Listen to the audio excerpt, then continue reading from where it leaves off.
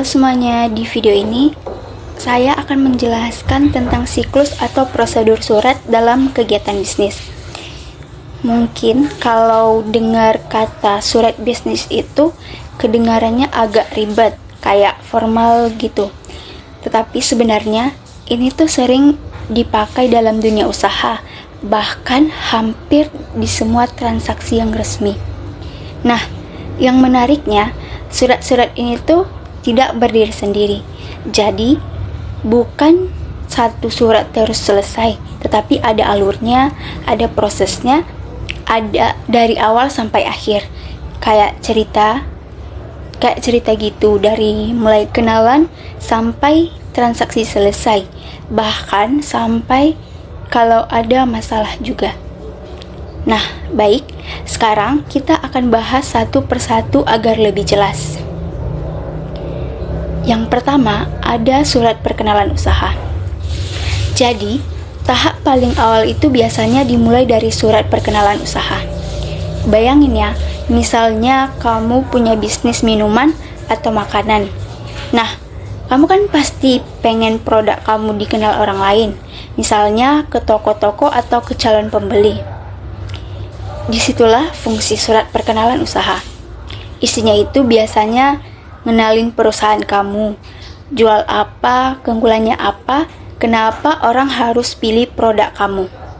Misalnya kamu bilang, produk kami berkualitas tinggi, atau harga kami lebih terjangkau, atau sudah dipercaya banyak pelanggan.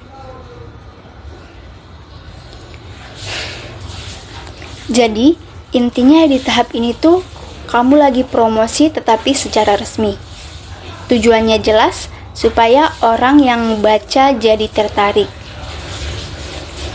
Nah, dari sini biasanya calon pembeli mulai mikir, oh, kayaknya produk ini menarik nih.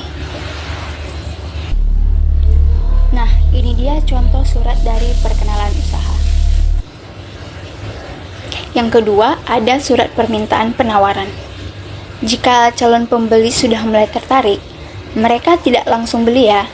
Biasanya mereka akan cari info terlebih dahulu.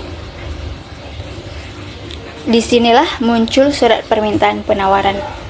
Surat ini ibaratnya kayak mereka nanya tapi dalam bentuk resmi. Mereka akan tanya harganya berapa, kalau beli banyak ada diskon nggak, cara bayarnya gimana, pengirimannya berapa lama. Jadi, di tahap ini tuh pembeli lagi cari perbandingan gitu. Mereka nggak cuma tanya ke satu tempat, bisa jadi ke beberapa penjual sekaligus. Makanya surat ini penting karena dari sini pembeli mulai menilai mana yang paling cocok. Nah, berikut contoh surat permintaan penawaran. Yang ketiga ada surat penawaran.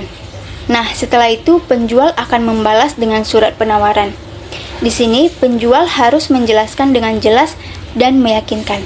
Misalnya harga produk, kalau ada potongan harga, syarat pembayaran, sampai kapan penawaran itu berlaku. Bisa dibilang ini tahap negosiasi halus. Penjual berusaha bikin pembeli yakin, tetapi tetap dalam bentuk formal.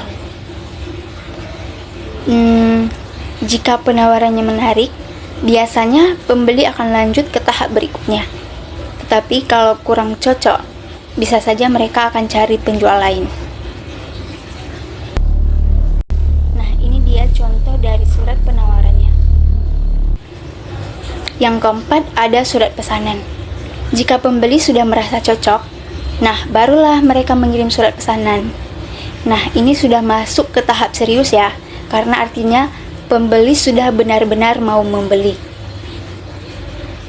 Isi surat pesanan itu biasanya jelas, misalnya barang apa yang dipesan, jumlahnya berapa, harganya sesuai kesepakatan, kapan mau dikirim.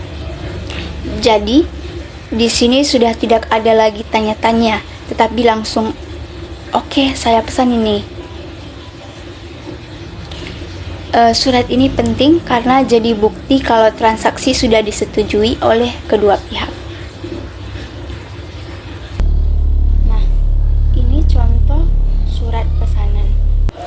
Yang kelima, ada surat pengiriman barang. Setelah penjual menerima pesanan, mereka akan menyiapkan barang dan mengirimkannya. Nah, waktu barang dikirim, biasanya disertai surat pengiriman barang.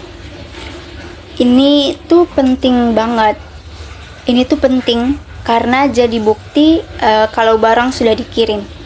Isinya biasanya daftar barang, jumlah, tanggal dikirim, dan alamat tujuan. Jadi nanti pas barang sampai, pembeli bisa cek, oh ya, ini sesuai nggak ya dengan yang saya pesan. Jadi kalau semuanya sesuai, berarti transaksi berjalan lancar sampai tahap ini. Nah, berikut contoh surat pengiriman barang. Yang keenam, ada surat pengaduan. Tahap dalam dunia bisnis, nggak selalu semuanya berjalan mulus. Kadang ada masalah, misalnya barang rusak, jumlah kurang, atau kualitasnya tidak sesuai. Nah, jika terjadi seperti itu, pembeli bisa mengirim surat pengaduan. Di sini, pembeli menjelaskan masalahnya dengan sopan tetapi jelas. Misalnya, barang yang kami terima rusak atau jumlah tidak sesuai pesanan.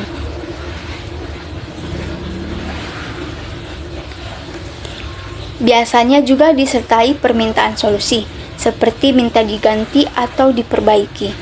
Tujuannya bukan untuk marah-marah, tetapi untuk menyelesaikan masalah dengan baik. Nah, ini contoh surat pengaduan. Nah, surat yang ketujuh yaitu ada surat penuntutan. Kalau ternyata masalahnya tidak diselesaikan dengan baik atau malah diabaikan, barulah masuk ke tahap yang lebih serius, yaitu surat penuntutan. Surat ini nadanya lebih tegas. Biasanya, pembeli sudah menyampaikan kerugian yang dialami dan meminta ganti rugi. Misalnya, minta uang dikembalikan atau barang diganti. Di tahap ini, situasinya sudah cukup serius. Jadi, bahasanya tetap sopan, tetapi lebih menekan. Nah, ini dia contoh dari surat penuntutan. Surat yang ke-8 ada surat penagihan pembayaran.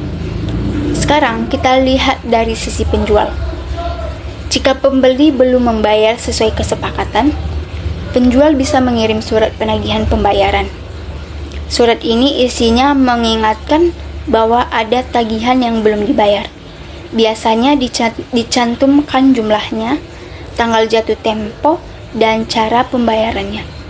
Ini penting agar keuangan perusahaan tetap lancar, tetapi biasanya tetap ditulis dengan bahasa yang sopan, tidak langsung kasar.